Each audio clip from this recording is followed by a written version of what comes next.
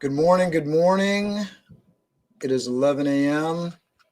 11 a.m. Eastern, and I am looking forward to talking to you today. So, no guests. I will be having guests throughout the week. Tina Campbell on Wednesday. May have Keisha King from Chop Chop on Thursday, and then next Monday I have Trevor Castleberry. So very much looking forward to those.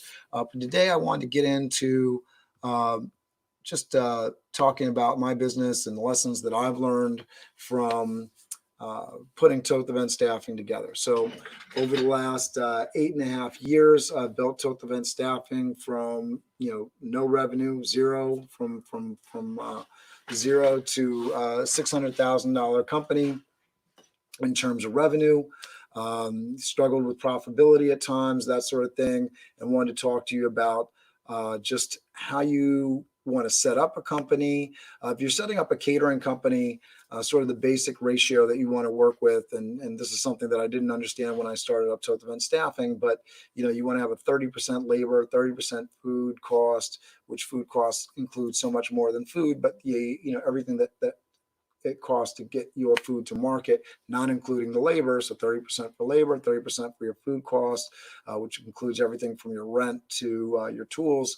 And then 30% of that, whatever that price that you're putting out there in terms of your revenue, you want that to be profit. And then you want 10% to be capital savings. So it's really 40% of profit on top of all of the expenses that you have to pay out for your business. And that's the way you build a profitable company, by having those pieces. And why 10% into that capital savings? Because you want to build that building at some point.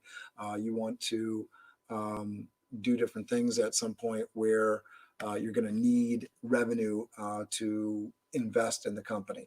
You can, especially early on, take that 30% that's profit and not split that up and give it back to yourself and pay and that sort of thing, but and invest in the company. But you want to have those different accounts, and you could literally have different bank accounts. And actually, I recommend that, especially after seeing a great presentation by Chaz Wilson when he came to New York. Putting the money into separate bank accounts really allows you to see that money clearly.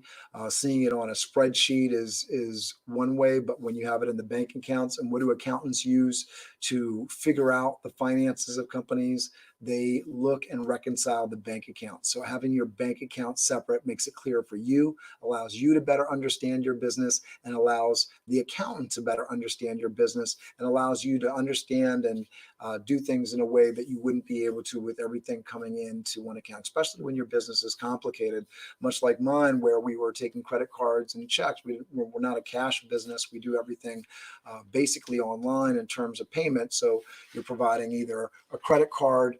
We did about $400,000 in credit card sales for 2019, and about $200,000 in checks.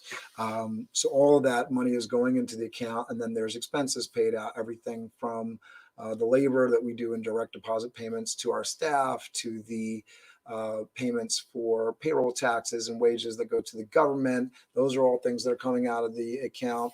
Insurance costs, marketing costs, office costs, all the different marketing pieces, everything from simple things like Facebook advertising to business cards, all of those expenses, right? When I built Toth Event Staffing, I really didn't have a great understanding of expenses versus revenue versus profit versus, I just had an understanding that if money was coming in, and if I was charging more money than I was spending, then I was making money, which in theory, that's true. But if you don't understand your costs, and we definitely had a moment, with the company where we didn't understand the costs, we didn't understand what was going on. So there was literally a moment, this is still just a few years back, maybe 4 or 5 years ago, probably less than 4 years ago, where we said, hey, we divided everything up, did it the whole year, the number of hours everybody worked, the amount of insurance that we're paying, all of the hard costs, all of the variable costs, got that down into a spreadsheet, understood that, okay, when we added it all up, the amount that we were charging out to customers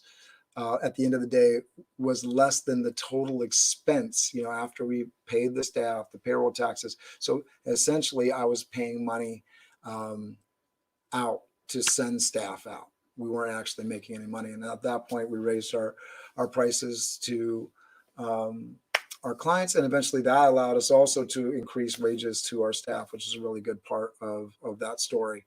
But not having your understanding of the variable cost and what's going on really leaves you open to that kind of a situation where you're literally paying out to provide a service for your company if you don't have a great understanding of your costs. I was on the phone doing a Zoom call with Jim Sandler from Master Networks this morning, and we were talking about that and the vast number of companies that he talks to where that's exactly the situation. They don't understand their costs, and so they're losing money. Now, I don't want this to stop anyone from having a great idea and getting into business, but I do want you to think about the price that you charge and understand, either you're competitive in the marketplace, which, a new company, do you want to come in and maybe undercut some of the competition so you can get your first opportunity and job? No question. There's definitely a reason to do that. But does it make sense that when you do that, saying, hey, for the next job, we'll be at this price level, and hey, what are the metrics we need to hit with you for you to understand that that's our value, that that's how much we're worth?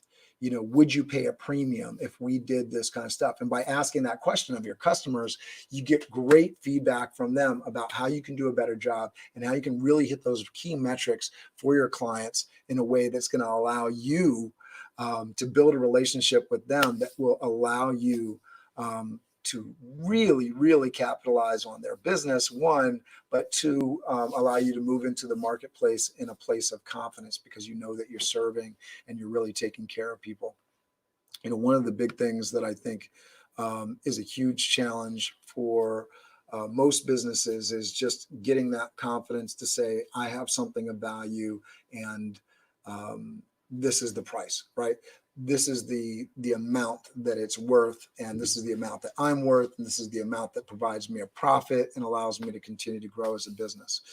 So one of the things that I'm doing this year, or and in this moment, is figuring out other services and things that I can offer and understanding what prices are being charged out in the market and what price I need to charge in order to be competitive and also provide profit, because that really without the profit margin, it doesn't work. In working with the nonprofits as well, right? So on the nonprofit side, if you're working in a nonprofit and there's not sustainable funding, so with the soundbusiness.org nonprofit that I work with that does college and career prep out of Harlem, we're working on trying to bring the alumni in, connect them, and get a greater understanding of the value of the organization. And then hopefully we hope that that'll drive sustainable giving, because that's what the organization needs to survive. When the executive director steps down at some point, we need the community and the people that really care about this program to step up to support that program so that it lives on, and that we can hire other really great people to provide really great services and actually expand the amount of good that it's doing. So, whether your business is just, making, parts for machines and you just want to be the best provider of those parts, or you're providing a really great service, you can't do more good if you're not making enough profits so that you're building your company. So I really want to hear from you. Hopefully there's some folks watching and you want to ask some questions about your business, and I'd love to answer them live. I'm going to talk about a couple of books that I think will be really helpful for you. E-Myth, I haven't even finished this thing, but a little more than halfway through, and it's changed my life a few times over already. I really recommend this. I wish I had this book when I started Toth Event Staffing, because this is what's giving me a better understanding of how to hire full-time hires that come into my company and help me build my company. This will give you the game plan for that, so that you don't have to feel like you have to go out and read it to get the lessons that I'm already getting from it. Write out job descriptions for the jobs that don't exist, that you can't possibly pay somebody to do because the money isn't there. But understand what those job descriptions and those roles should be. And then hey, Stephen, thank you so much. Hey, Pedro. So exactly. E-Myth is the bomb. Thank you, Stephen. So really with this, and Stephen, if you got some questions about your business, I'd love to hear them, and put me to the test here, see if I can offer some good advice or at least have a good place to send you. All right.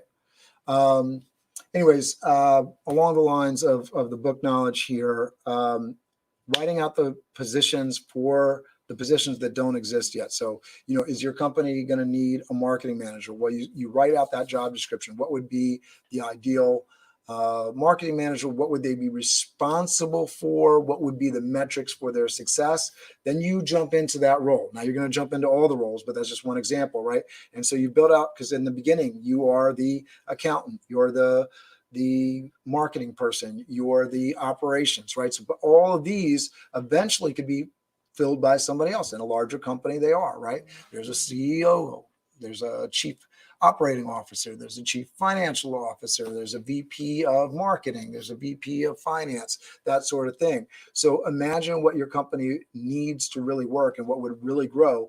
Write those descriptions out, sign them in, because you're going to do those roles until you hire somebody. But understand those roles, understand and hold yourself to some of those standards. If you're doing social media, what are the metrics, right?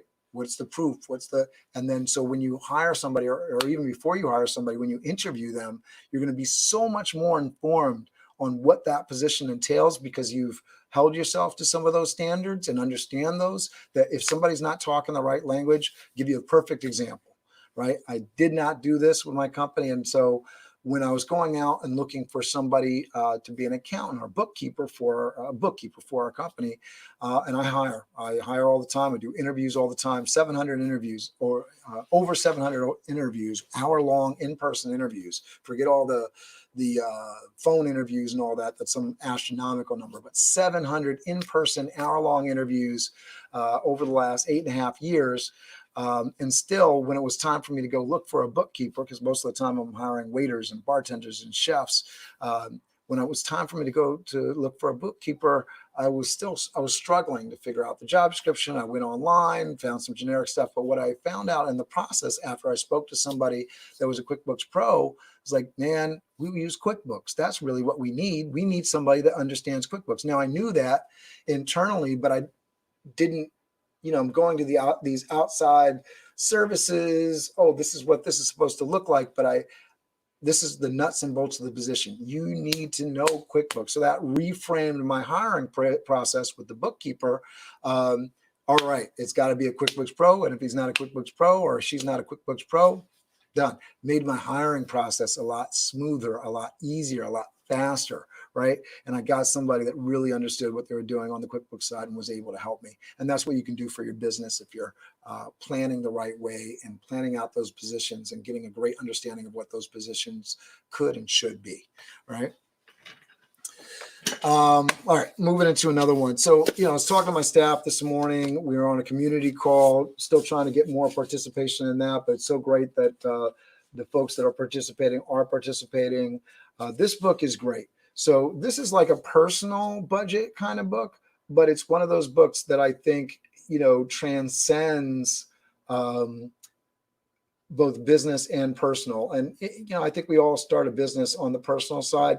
This is how you get from broke to business gold, right? So keeping your money longer, making sure that you understand your expenses, going back to that theme, understanding what you need to do over the long term. Businesses that prepared for times of challenge, making sure there was 6 months of expenses in the bank, they're doing better than companies that weren't, right? If you were living check to check, just know, I got a cash business. I know the business is going to be all right next week.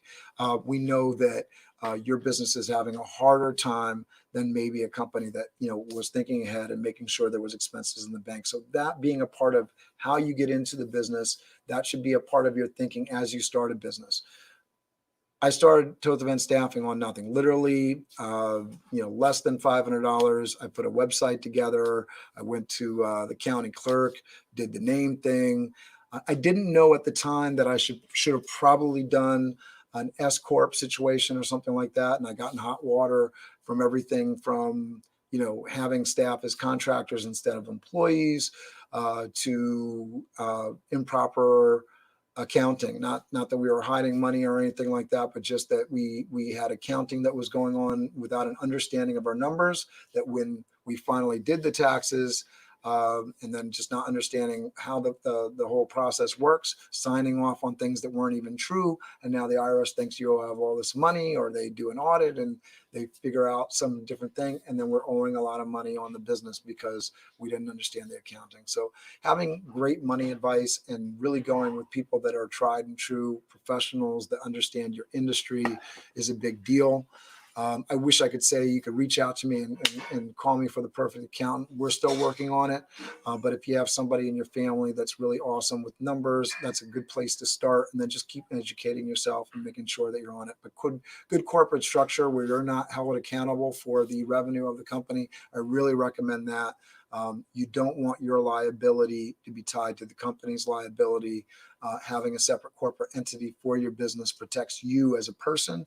And in that way, you're going to be in a much better position, both mentally and financially when challenges arise. We have debt with the company, and we went into COVID in debt, and I don't know what I'd be thinking right now if I knew that debt was going to hit me personally. I think we're going to be all right as a company. I think we're going to be all right personally, but you understand if all of the debt across personal and business, if that's all thrown on my individual Social Security number, that's a lot more challenging than if the business is a separate entity and can claim bankruptcy or get its own separate loan and that sort of thing. So that's why you want to have a corporate structure in place. There's nothing wrong with doing a DBA. In a lot of situations, it may work out better financially for you. So again, that's where the accountant comes in.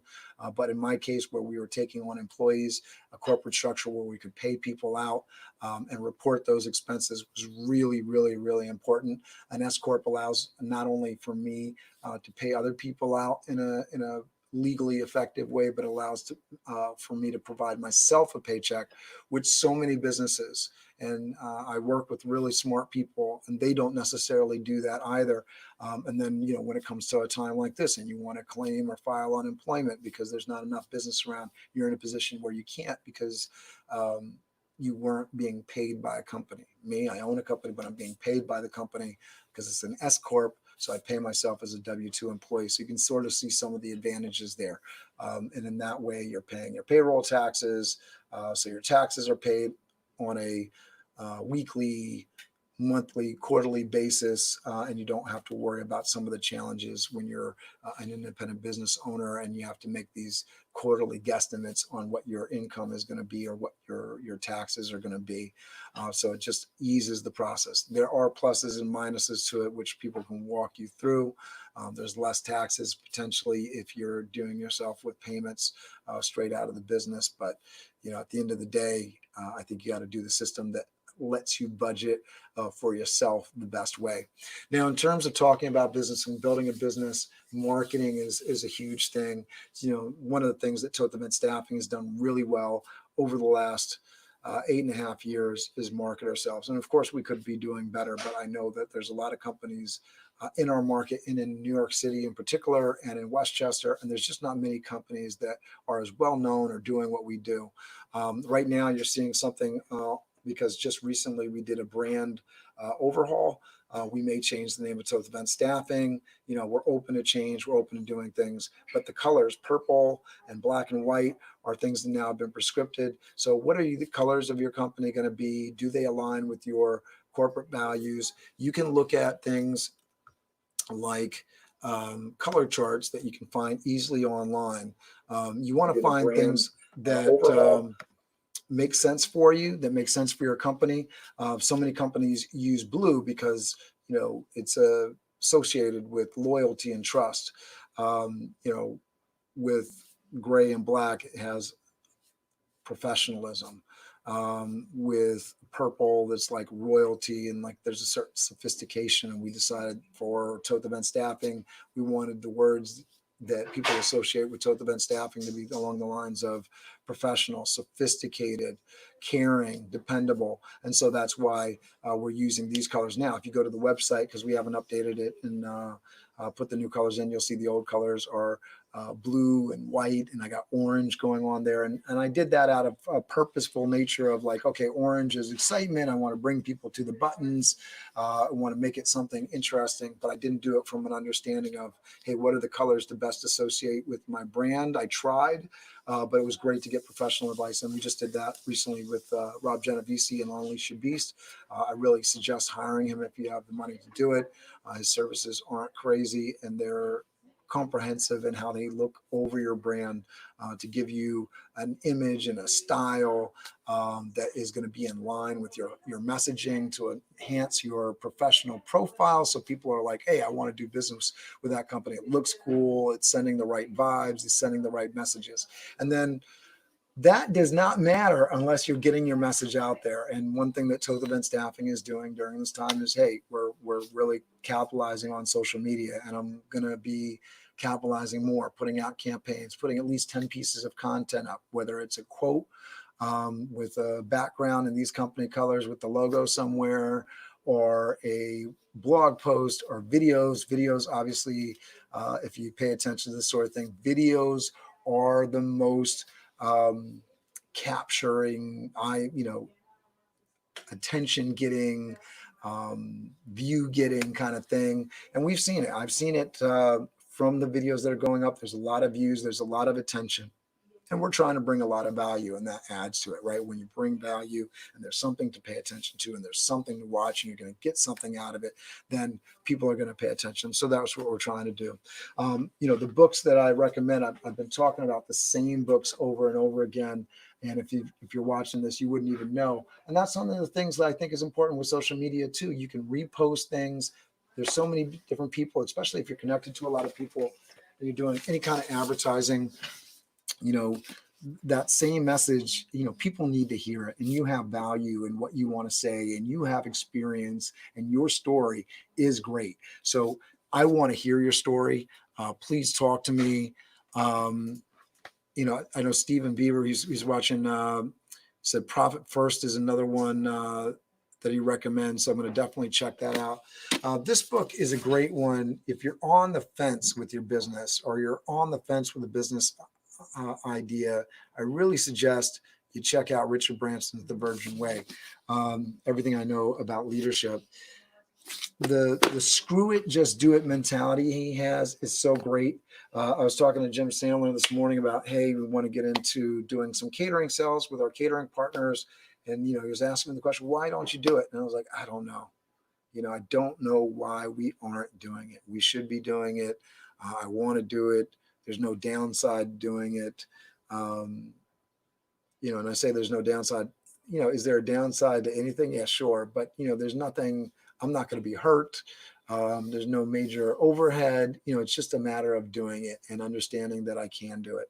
And really what gave me confidence to start up Toth Event Staffing was my experience working with Hubbard's Cupboards years ago. As Marito Roy is watching this, shout out to you. They gave me an opportunity as a young man to be a food service director with their small catering company that, was competing on a big level with folks like Compass Group and Sodexo and Aramark. They had a cafeteria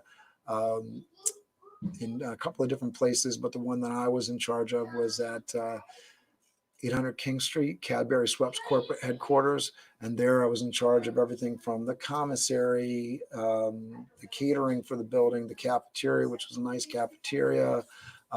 We did a tremendous amount of volume out of that one fairly small kitchen. It was a nice sized kitchen, but not anything huge.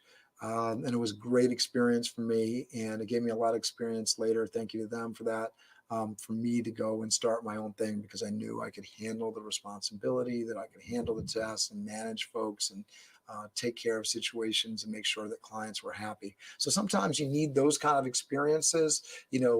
One thing that I love that Gary Vee talks about, go and volunteer for somebody, go get that work experience any way you can, earn through learning, right? Earning through learning, right? And that's what I'm doing now with these social media broadcasts and my interviews.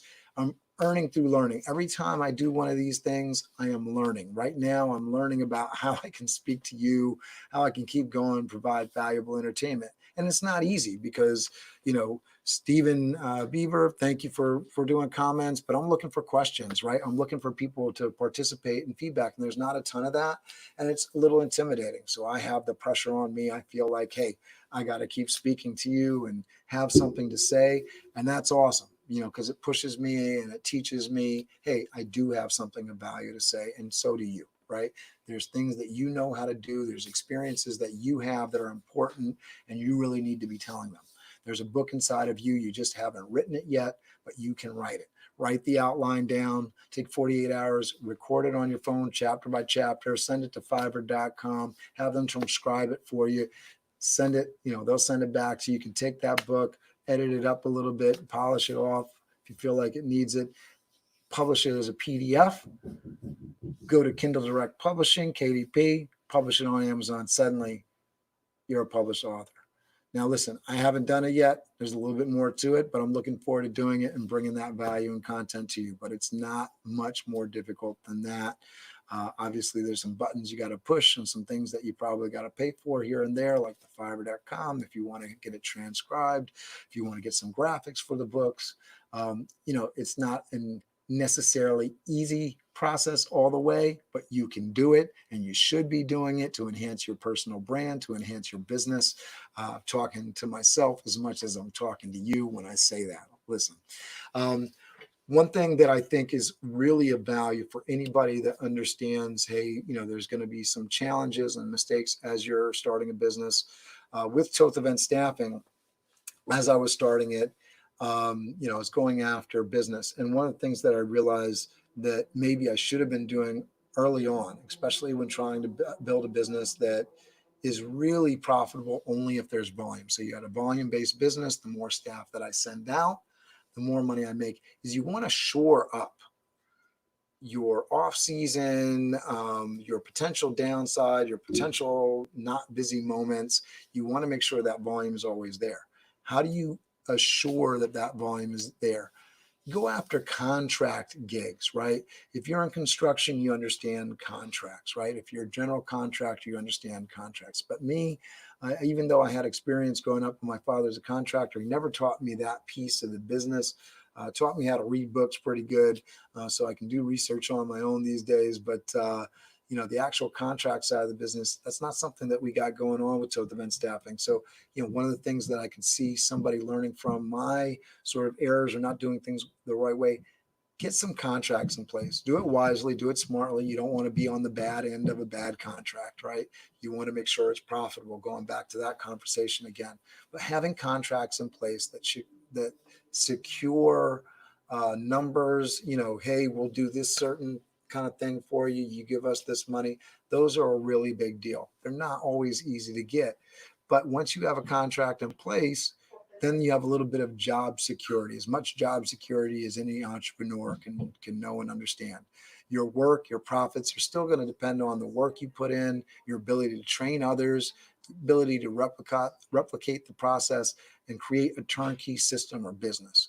One of the reasons I love this E-Myth book is it's all about that, building this idea of making your business turnkey so that as it grows, you're not doing every little thing inside your business.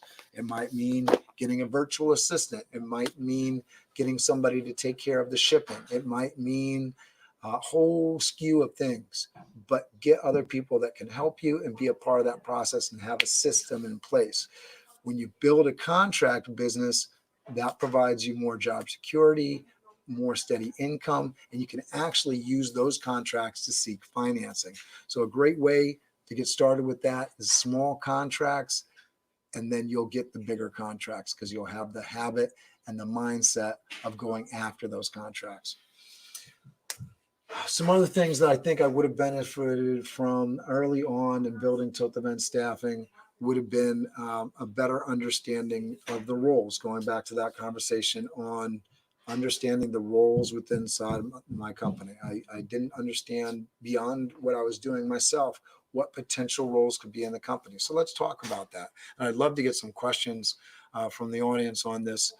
whether it's now or later when you're watching this, but definitely send them through. How do you know what positions your company needs? How do you know what roles should exist?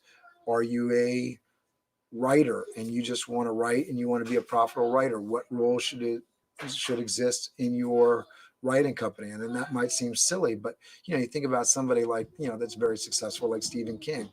There's no question that he has an agent, that he has this, he has that, right? People helping him to do certain elements of his business. So what are the roles that need to be involved in your business? If you're an author or an agent, seems to me like one of those things that you want. If part of the reason you're writing a book is to get speaking engagements and opportunities, it would make sense to have somebody that is in line with you. And hey, I can't afford a big agent. Well, get somebody that's starting out and start working with them. Hey, you have a situation. Hey, I may have to change up, but I'd love to see what you can do for me. I can be a client for you. You can be a client for me, that sort of thing. And you can just get started that way. Not everything has to be a heavy money transaction. You can create relationships.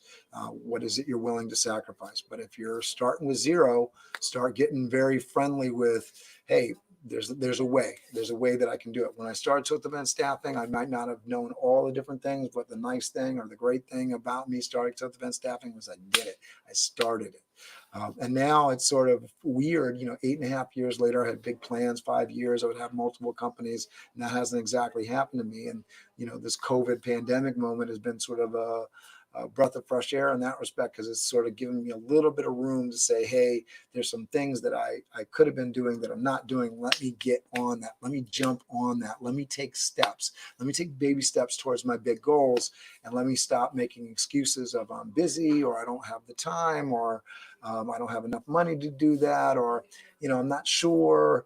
Paralysis by analysis is not a good thing. We want to move forward. So even this morning, I was getting advice, hey, you need to do that. I'm like, yeah, I need to do that. One of the things, if you are, getting into the social media world like I am right now, is you want to have a product to sell. What can you sell? Is there a 6-page PDF that you can charge $1 for?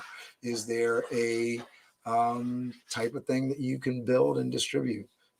I would really look into the world. If you got spare time on your hands, like most people do, or a lot of people do right now, hey, figure out something that you can sell, and then start looking at the metrics in terms of being on social media and dropping the link in to sell that, so that you can actually do it. And again, talking to myself as much as I'm talking to you, I need to have a product to sell right now, so that when I'm online, if you like what I'm doing, if you appreciate what I'm doing, there's a place where you can drop some money, right?